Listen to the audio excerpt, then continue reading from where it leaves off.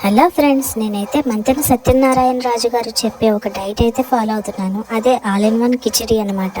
ఇదైతే వారంలో 3 సార్లు అయితే తీసుకుంటున్నాం. సోమ, బుధ, శుక్రవారం 3 రోజులు అన్ని పప్పులని పావు కిలోనే తెచ్చుకున్నాను నేను. నాకు చక్కగా నెలకి సరిపోతుంది. నెల ఖర్చులు కూడా మెయిన్ నెల ఖర్చులు ఒదుగొస్తున్నాయి.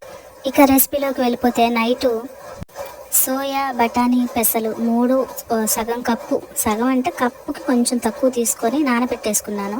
కడిగేసి ఉదయాన్నే లేచినప్పుడు ఈ కందిపప్పు ఉంది కదా, కందిపప్పు ఒక కప్పు, బియ్యం ఉంటే బియ్యం వేసుకోవచ్చు, లేకపోతే రవ్వలు, గోధుమ రవ్వ, లేకపోతే ఊదలు, పెసలు, కొర్రలు ఇలా అన్నీ ఉంటాయి కదా, వీటిని ఇవన్నీ కలిపేసి కుక్కర్లో పెట్టేసి 4 విజిల్స్ తెప్పించేయండి నీళ్ళు పోసి.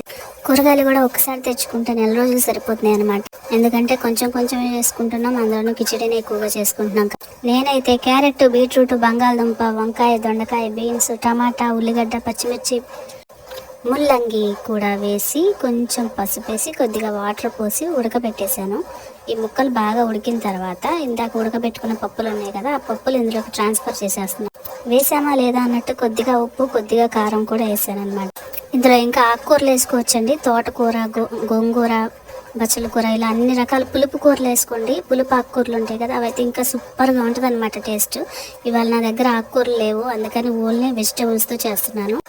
ఇందులోకి ఇంకా పోపు పెట్టేసుకోవడమే. ఇలాగ పల్లీలు, ఆవాలు, జీలకర్ర, ఆవాలు, జీలకర్ర, ఇంగువ, మిరియాలు, ఎండుమిర్చి, వెల్లుల్లితో తాలింపు పెట్టేసాను. నా పోపు అయితే మాడిపోయింది. వీడియో తీసే టైంలో నాకు పోపు మాడిపోయింది అన్నమాట. అందుకే కొంచెం బాగాలేదు. పోపు మాడిందని వదిలేస్తామా ఏంటి, అదే తిరగొట్టేస్తాం, ఎవరు పట్టించుకుంటారు.